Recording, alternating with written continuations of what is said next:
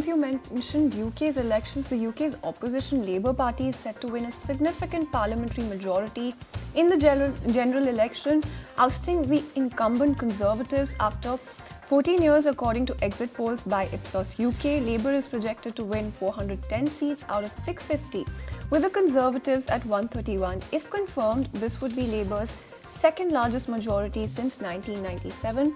The final results are expected in just a few hours from now, with Labour leader Keir Starmer also likely to become the next Prime Minister. So that is what exit polls are indicating, and that's about the UK elections. Okay, surely keeping an eye out on UK elections, but the minutes from the ECB's June meeting revealed doubts among policymakers about the euro area's recovery, citing lack of evidence in consumer spending. Some expressed uncertainty over inflation reaching the 2% target by 2025. The ECB cut key interest rates by 25 basis points after stable rates for 9 months, emphasizing a flexible approach. What the policymakers are committed to achieving that sustainable 2% inflation with sufficiently restrictive policy rates. That's the highlight coming in from the ECB. Let's also take a look at what the British pound is doing. That held steady near 3-week highs on expectations of a Labour Party landslide in the UK election.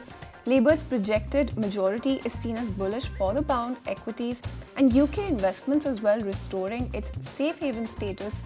Amid global political uncertainties, investors anticipate a potential rate cut in August after the Bank of England's decision to hold rates steady despite inflation reaching its 2% target. So that is the lowdown coming in as far as the British pound is concerned. And starting today, the European Union is slapping tariffs of up to 37.6% on electric vehicles made in China. This move aims to stop a surge of cheap state-subsidized EVs from flooding the market. These provisional tariffs will be in place for 4 months as the EU and Beijing continue their intense negotiations. China is threatening retaliation, but EU's officials insist they are just ensuring fair competition. Meanwhile, let's take a look at what US President Joe Biden said, and he said, "I'm not going anywhere," amid growing calls from Democrats for him to end his re-election bid, using 4th of July celebrations to address doubts about his stamina and mental acuity. Biden emphasized his commitment to the campaign. Vice President Kamala Harris is considered the leading contender if Biden were to withdraw, but his allies believe he can reassure voters and continue his bid.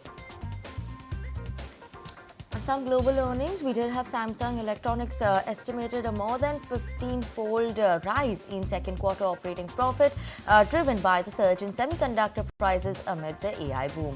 The world's largest memory chip maker sees a profit of $10.4 trillion, with the revenue likely rising at 23%. Despite the overall profit increase, Samsung's mobile business has experienced a decline. If you like this video, then like, share and subscribe to ET Now.